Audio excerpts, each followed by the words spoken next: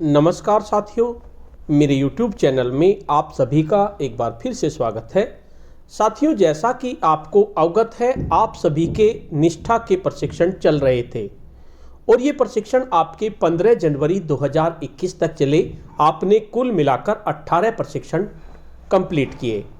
कुछ शिक्षक साथी हैं जिनके प्रशिक्षण रह गए हैं, उनके लिए निष्ठा के लिंक दोबारा ओपन किए गए हैं और 15 फरवरी तक आप अपने प्रशिक्षण को कंप्लीट कर सकते हैं।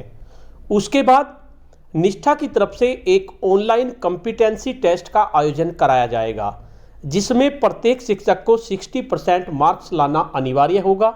जो शिक्षक साथी इस टेस्ट में 60% मार्क्स ले आएंगे, उनको निष्ठा की तरफ से प्रमाण पत्र दिया जाएगा। तो साथियों, जरूरी है इस टेस्ट की तैयारी हमें अभी से करनी होगी। प्रत्येक दिन कम से कम 10 प्रश्नों की तैयारी हमें करनी होगी। इसके रिगार्डिंग मैंने कल एक वीडियो बनाई थी, जिसमें मैंने आपको 10 अति महत्वपूर्ण प्रश्नों को बताया था। वो हमारा पार्ट 1 था।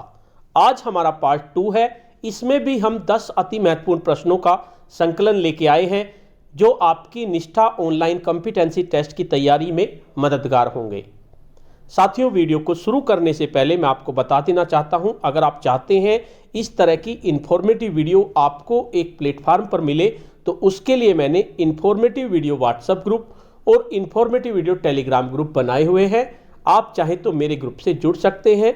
ग्रुप का लिंक आपको वीडियो के डिस्क्रिप्शन बॉक्स में मिल जाएगा, जिस पे क्लिक करके आप मेरे ग्रुप से जुड़ सकते हैं। तो चलिए जानते हैं पार्ट 2 में कौन कौन से 10 अति महत्वपूर्ण प्रश्न हैं जो हमारे निष्ठा की तैयारी, निष्ठा कॉम्पिटेंसी टेस्ट की तैयारी के लिए कारगर होंगे।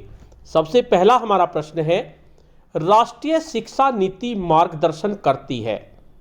पहला ऑप्शन है प्रौढ़ शिक्षा एवं स्कूली शिक्षा का, दूसरा ऑप्शन है व्यावसायिक शिक्षा का, तीसरा ऑप्शन है उच्च शिक्षा का और चौथा ऑप्शन है सभी का। तो जो राष्ट्रीय शिक्षा नीति होती है वो प्रौढ़ शिक्षा और स्कूली शिक्षा का भी मार्गदर्शन करती है, व्यावसायिक शिक्षा का भी करती है और उच्च शिक्षा का भी करती है। तो इसका सभी आंसर सही होगा, यानी फोर्थ आंसर आपका सही होगा। उसके बाद दूसरे प्रश्न पे चलते हैं। दूसरा प्रश्न है हमारा, पाठ्यक्रम और समावेशी कक्षा किस मॉड्यूल का नाम है?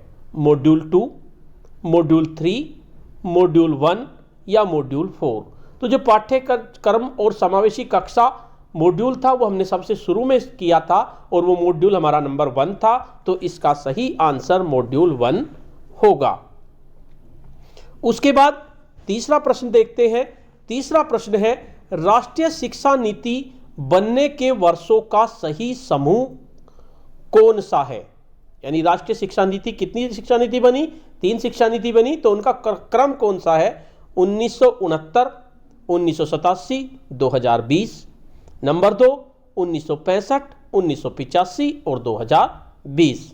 नंबर 3 1968, 1986 और 2020 और नंबर 4 1964, 1988 और 2020।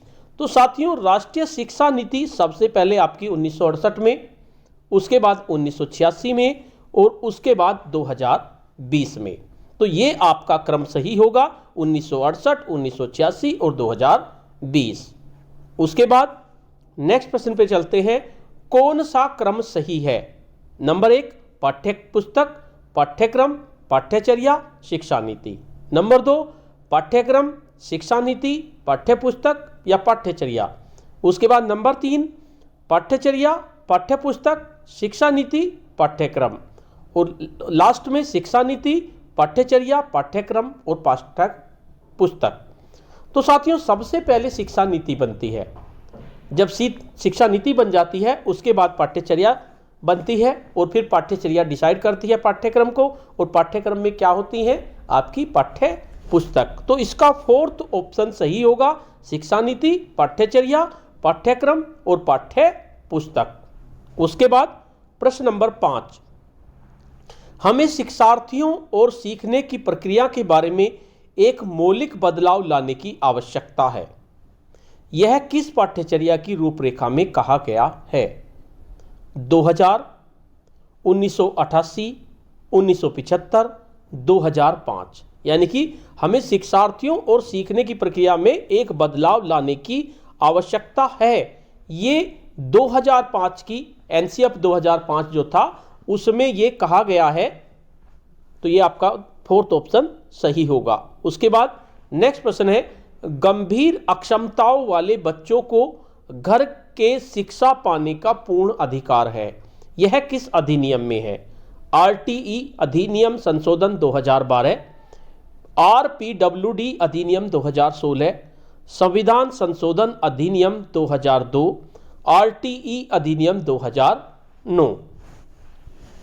तो जो हमारा आरटीई अधिनियम संशोधन 2012 था उसमें कहा गया था कि जो गंभीर अक्षमता वाले बच्चे हैं वे घर पर शिक्षा प्राप्त कर सकते हैं, उनकी घर पर शिक्षा की व्यवस्था करनी होगी। तो इसका फर्स्ट ऑप्शन आपका सही होगा। उसके बाद नेक्स्ट प्रश्न है, एनसीईआरटी ने किन कक्षाओं के लिए लर्निंग आउटकम्स तैयार किए हैं? 1 से 12, 1 से 5, 1 से 10, 1 से 8। तो जो एनसीईआरटी ने लर्निंग आउटकम तैयार किए हैं, आपको 1 से 8 तक तो आपको पता ही है क्योंकि उनको आप पढ़ते हैं रोज आपकी आधारशिला में, ध्यानाकर्षण में। लेकिन कक्षा 10 तक ये डिसाइड किए गए हैं, जो एनसीईआरटी ने डिसाइड किए हैं। तो ये इसका आंसर 1 से 10 सही होगा। उसके बाद नेक्स्ट प्रश्न है, पूर्ण कीजिए universal fill in the blanks for learning, division, decoding, design, difference. तो इसका सही आंसर होगा यूनिवर्सल डिजाइन फॉर लर्निंग, यानी डिजाइन इसका आंसर सही होगा।